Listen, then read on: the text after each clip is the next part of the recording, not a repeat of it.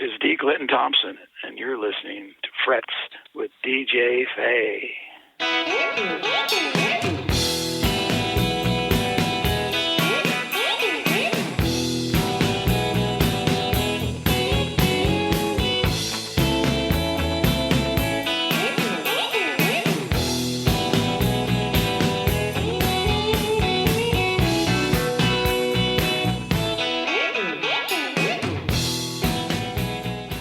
Previously on Frets. And then, like in the summer of after my sophomore year in high school, I decided to be a guitar player. I was starting to really make progress in that sucker, and I guess I thought it was more a sexier instrument or something. I don't know. I didn't know that really in real life, most women go for the drummers.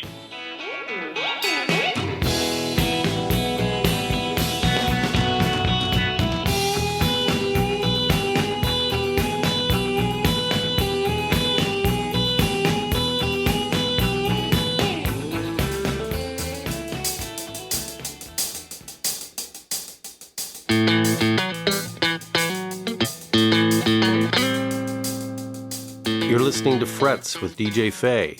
No lessons, no technique info. I just talk to people who play guitar. Stay tuned.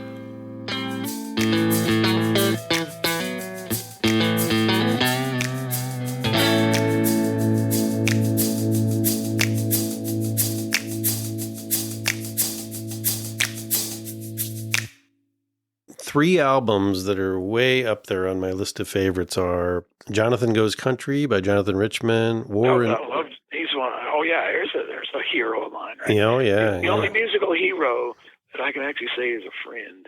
Yeah, I've seen him many times. I love Jonathan Richman. Yeah, Jonathan's great. There ain't nobody like him. I met Greg Ken one time. I said, "Hey, we have a mutual friend, Jonathan Richman," and he goes, "Yeah, unique individual." I know what he means. I would say unique, yes. So, yeah, what were you saying? Oh, well, I was saying that album. Jonathan Goes Country, and then War and Peace by Sid Straw, and then Tenement Angels by Scott Kempner. I mean, those three, I know you've played on many other albums, but I love those albums so much. And all three of those were backed by you guys. It was... Yeah. Oh,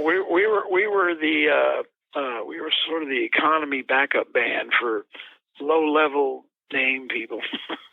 Well, and then there was the Rocky Box with Boxcar Willie. Yeah. Good old Rocky Box. We had to do, to get him to do Rock and Bones, we had to do Achy Breaky Heart. That's why that's on there. That was the deal.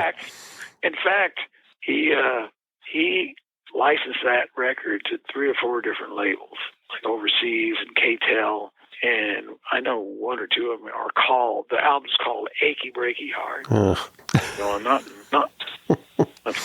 not pandering too hard, was he? Anyway, but I tell you what, my voice changed about 15 years ago, so I can't really sing like I used to. But I have a new way of kind of doing it. But I used to be able to do. I learned at the feet of the master. He could do that train whistle. You could do that train whistle where it was otherworldly. It sounded like there was a speaker in his mouth. Wow. It was so good. I don't know how I did. I got fairly good at it. And he kind of coached me on, you gotta drop your tongue down and block your throat or whatever. Whoa! I can't do it anymore. But that's pretty good, though. So some days, this voice, it's like, my vocal cord is sort of thickened up, apparently. And it doesn't hurt. There's no pain. There's never been any pain. It's been like this for 14 or 15 years. And but now I can sound more bluesy. Yeah, gravelly in a good way. Yeah, I get the cornbread in there. Well, I mean, you sang a lot on the Morells and Skelton stuff. Yeah, because none of us were singers. That was kind of the thing when we decided we'll just sing. We had Jim Wonderly there, and Jim's great. Also, Jim is gone too. Yeah, it's crazy. But we decided we're just going to do it and let the chips fall where they may. Yeah. But like in my first band, I was always a singer because nobody else wanted to do it or could do it. I couldn't sing at all. I'm glad there's no tapes of those bands. But that was the deal. we'll just do our own vocals. Well, I think you sang every song on the Park Central Squares album, right? Oh, that's right. Yeah, because more than anything, Katie and Dudley were gracious enough to kind of let me set the agenda on that thing. I kind of think of that as it seems like a D. Clinton Thompson solo album, which basically it kind of is. Oh, yeah, maybe. I don't know. It's kind of like Jeff Tweedy. Why does he call it Wilco's? Because he didn't want to bring that much attention to himself. I don't know. I just saw them recently. Yeah, it was the first show I'd been to since pre-pandemic or whatever. They are a fabulous band. Well, Park Central Squares is another album that has original songs, but also a lot of very interesting cover songs. There would have been more, but High Tone offers the Skeletons. It was a Skeletons one. Yeah, I get mixed up because there were 2 Skeleton records in the 90s and 2000s, and there were 2 Morells records. Right. So they kind of. Well, if Lloyd was there, it was the Skeletons. If Ron was there, it was the Morells. Okay. Because Joe played in both of them. You know, it's funny.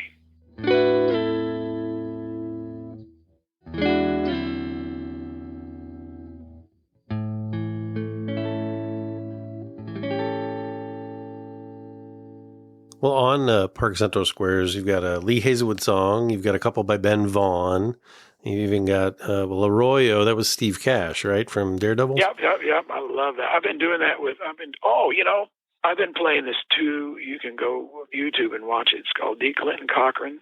It's a 2-man act I've been doing for not the last year and a half because we haven't been able to play. Right. We lost all of our gigs that we had booked for the year. But I play with this guy named Michael Cochran. Now, you probably never heard. Have you ever heard of a band back in the late 60s, early 70s from Columbia called the Sound Farm? No, I'm not familiar with the Sound Farm. They were I saw them play outside, a free concert out at Lake Springfield, and they were just knocked everybody down. They were just really great. And so years later, and I never saw them again. Years later, I met Michael, and about 4 years ago, we decided to get together. But anyway, Michael he's an author. He has a number of books out, and he did. Some people think they're the definitive books, but he did. I guess the last biographical books on Chet Atkins, and he'd known Chet since 1964, I think.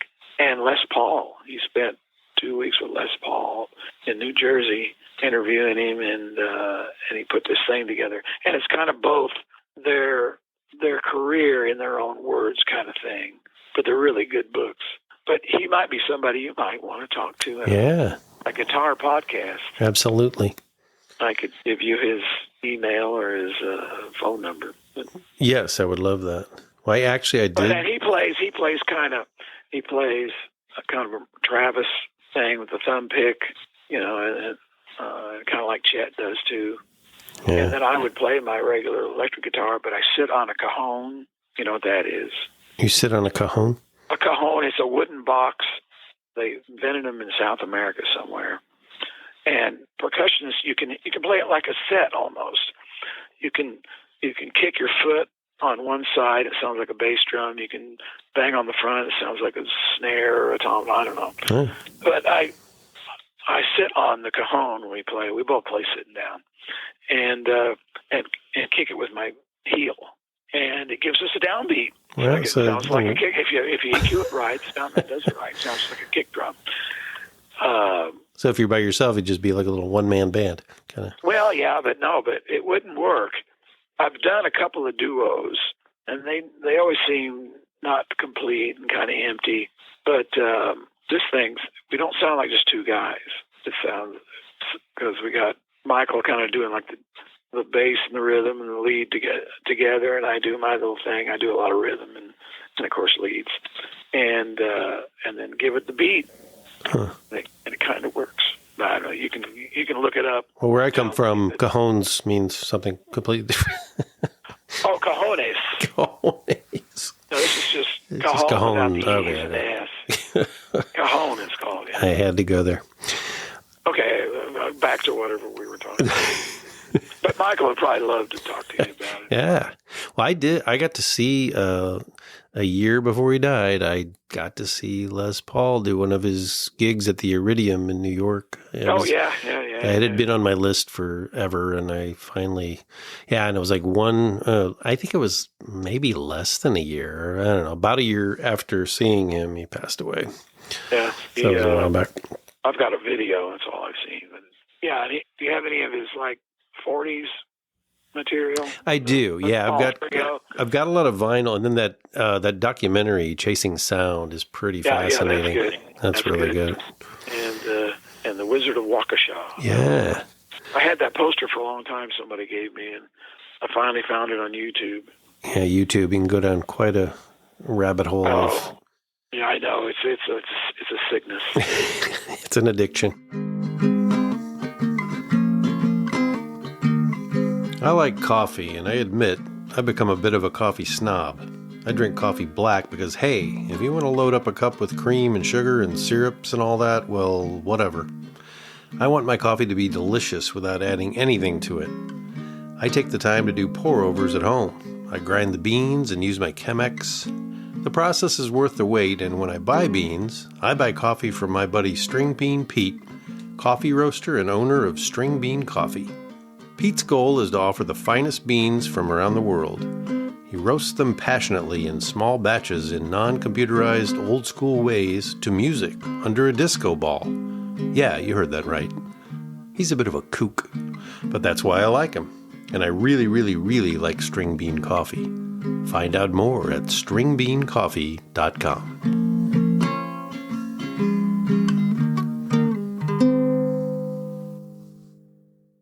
Well, speaking of documentaries, and I mentioned it before, but there's a bit or a segment in The Center of Nowhere that shows you on stage playing guitar, playing electric, and Abby Waterworth singing and playing acoustic. Yeah. So that's obviously in Springfield. Were you? I think that is actually from Chicago. Is it really? Okay. Because we went up there to help Dave Hoekstra, who made the documentary. Oh, right. He was trying to raise funds and stuff, so we came up and played some music for him while everyone stood around and talked and ate. Well, you've played all over, but how often, in recent years, how often would you play Springfield clubs or gigs? Well, the whole landscape has completely changed. We used to play. Here's what you used to be able to do, and this is how the Morells helped itself. We would play usually 2 to 4 nights for most gigs. One-nighters were sort of unusual. We could go someplace where nobody knew us. Well, there's always a couple of guys that knew us. It's always guys. And, that's not true. But anyway, I remember, what's the town? Lafayette, Indiana. Right. We got this gig at this place. It was 4 nights. Nobody knew us from Adam. I don't even know how we got the gig. I'm sure we played cheap. But Lou always said we're the best band in our price range. Anyway, I use Lou-isms every day. Yeah, well, I'm sure you do. I can't help it. Anyway, I played off and on with Lou for 40 years. But anyway, so Wednesday. Not too many people there, but there was a little handful of people that kind of, maybe somebody had our record or they worked in a record store or whatever. And I guess they went home, maybe said, hey, I should see this band down here. Thursday, we got more people. It wasn't packed. There's more people. Friday, getting pretty busy. Saturday, I always like to use the word gangbusters. You could conquer the town in 4 nights. The crowd kept building. Yeah, it kept building, and we had a gig there. We could have if you just go there and play one night on a Thursday, you're probably not going to get asked back. But if they give you a chance, it's like record companies don't give you a chance anymore either.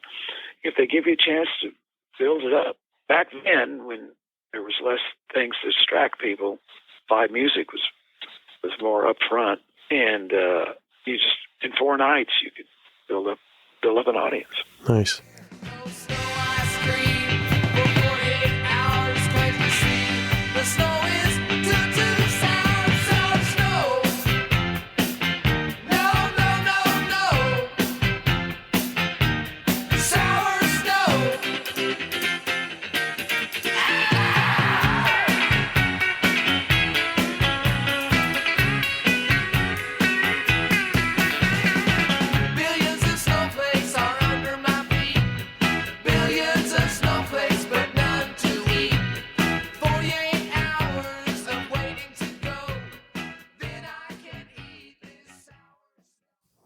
what was the strange year of 2020 like for you? I mean, I guess people weren't doing much of anything. You know what I've been doing? I've been doing something I used to do all the time when I was just kind of learning to play. I put on Spotify. I find something. Usually it'll be country or maybe some jump blues or old blues or something that's kind of simple that I can just play along with. Nice. Yeah, I'd like to do that too. And that really is, I've come up with a lot of new stuff that I can use. Either I hear something, I can use that, or I come up with something on my own. And it's really fun, actually. I get real warmed up sometimes. I'll be in here 3 or 4 hours sometimes. Yeah, I found myself doing that more than I had in a long time last year. I'm sorry to say that I had kind of set my guitars aside for a while, but then during 2020, when I had a lot of time on my hands or extra time on my hands, I would do the same thing. I was playing more and I was trying to learn some stuff, or just like you said, play along with stuff that I was listening to. You know, when I after the Steve Forward thing, and I took the year off, I didn't touch a guitar for 3 or 4 months. But when I was ready to get back on it, it was like I never quit. Yeah, I mean, you just pick it back up. I still had my calluses. It was real easy to start up again. I thought maybe I'd lost some. Not really. Well, I'm glad you didn't. I think I took you on another. No, it's all right. Another dead end. All right, this next question is one I think I've asked on every episode, and I'm going to ask you. Is there a band or a musician that you really like that might surprise some people? Oh, I like so many different things. That's why it was, people knew me. They thought you were a rockabilly guitar player. Well, I like that. And we did do kind of a lot of that in the Morells. And then we lost, I think, some people with the skeleton. So we kind of went a little rockier maybe. And then, gosh, we did the Morells again. Or no, in the skeleton, when we added the extra keyboard, boy, we get cat calls and lose the keyboards. Oh, I thought that was great. You mean when Joe and Kelly were both playing? I thought that was great. Yeah, I mean, the band was like that. The E Street band's like that. I don't know. It could have been 2 guitars and a keyboard. I just didn't know any guitar players that I thought we could use. Somebody that would be surprised. Or like a genre of music, or I don't know, like. I'm really, I can't get into like world music. It's hard for me to get into other ethnic things. I seem to be kind of stuck in America. You're rooted in roots music. I kind of am. I'm kind of rooted, and I don't know how to get out of it. That's all right. I mean, there's a lot of people seem to love ethnic music. They play it on NPR all the time. It always just sounds like elevator music to me. So you're talking about like the incidental music on NPR? Or I don't know. Latin music. I know it's great. Just not your thing? It's not my thing. Yeah. It sounds like elevator music to me. Greek music or Mexican, what they call it, the mariachi. Mariachi? Yeah.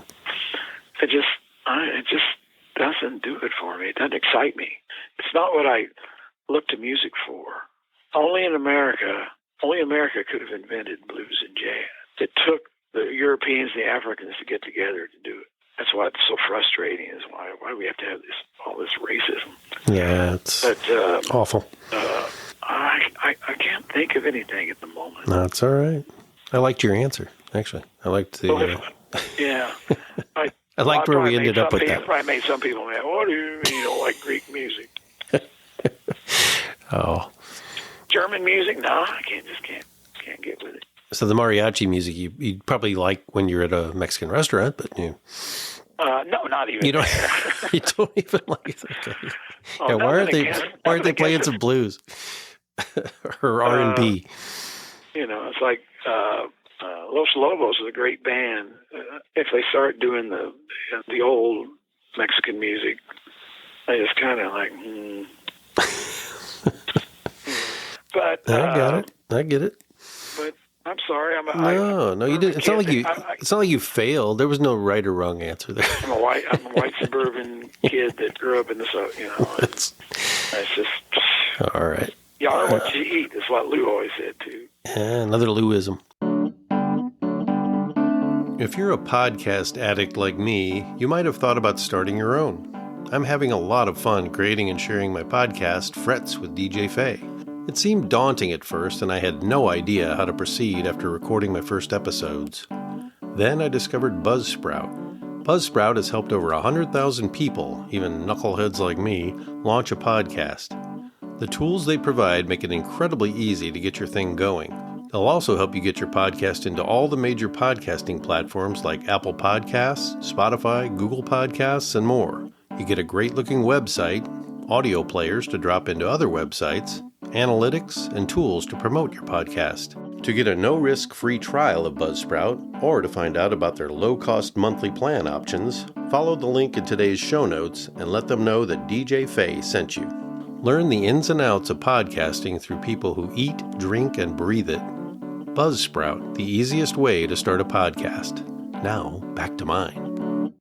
All right. Well, I'm not just saying this for your benefit, but over the years, I've been singing your praises as a guitarist. And as time goes on, so many people I talk to or hear mention you in interviews hold you in extremely high regard as a fine, fine guitarist, one of the best.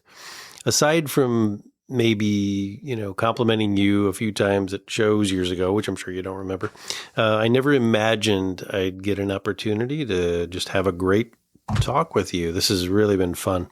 Oh, I'm having a good time. Like I say, I love to talk about myself. Well, that's good.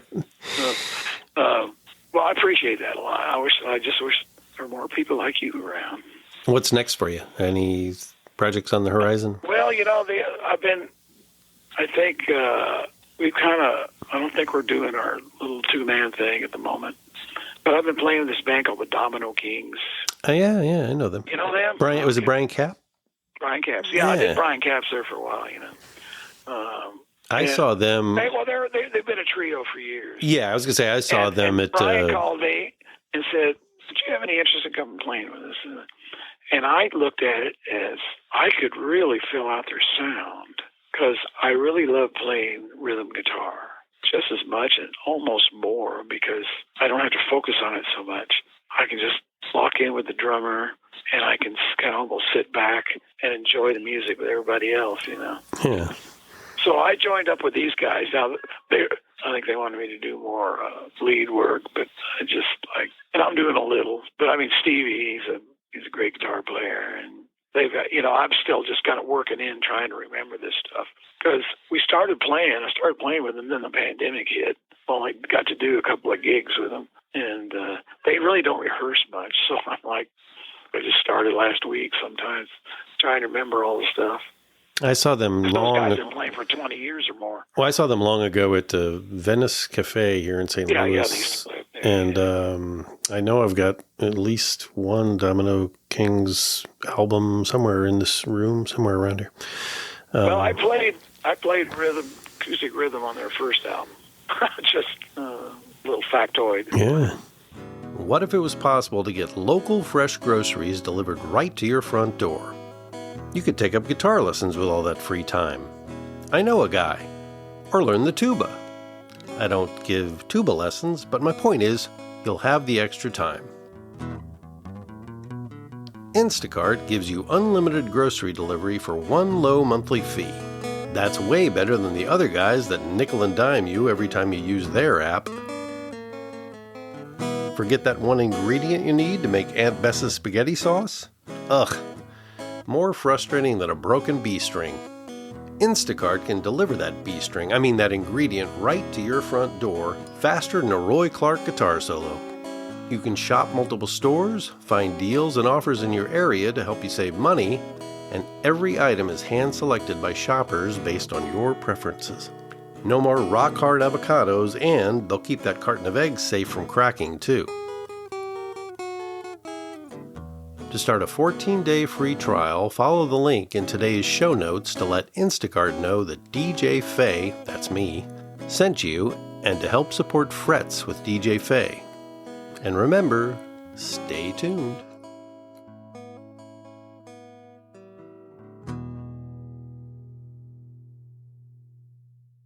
Am I hearing a cat, or is that outside my window, or do you have a cat? No, you're hearing a cat. Okay. You're hearing a cat.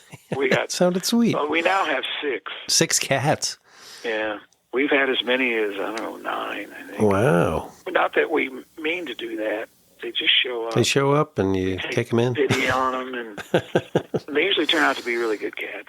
I was going to say, I knew I heard a cat. And I'm like, I think it's either outside my window or it's sitting on Donnie's lap. Well, we had 5 for a long time, and then we just got a new one that they had to put Chris's mom in the nursing home. So I'm sorry to hear that. She kind of adopted this cat while she was over taking care of her mom, and now we're trying to work her into the house, which is not easy. I love cats. I love them too, but have a strange social pecking order. Yeah. Well, Donnie, thanks so much. This has really, really been great. Hey, you're welcome.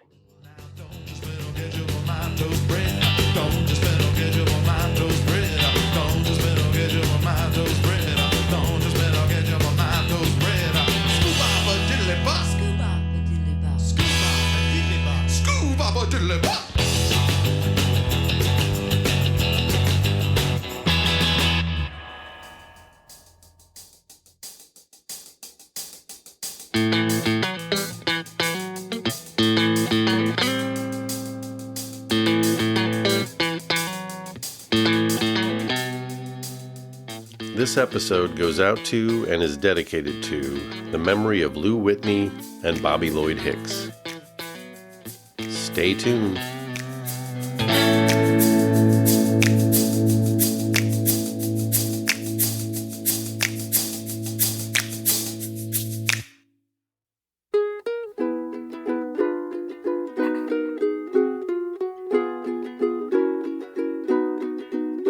Take me out to the ball game. Take me out to the crowd. Buy me some peanuts and Cracker Jack. I don't care if I never get back with a root for the home team. If they don't win, it's a shame, for it's 1-2.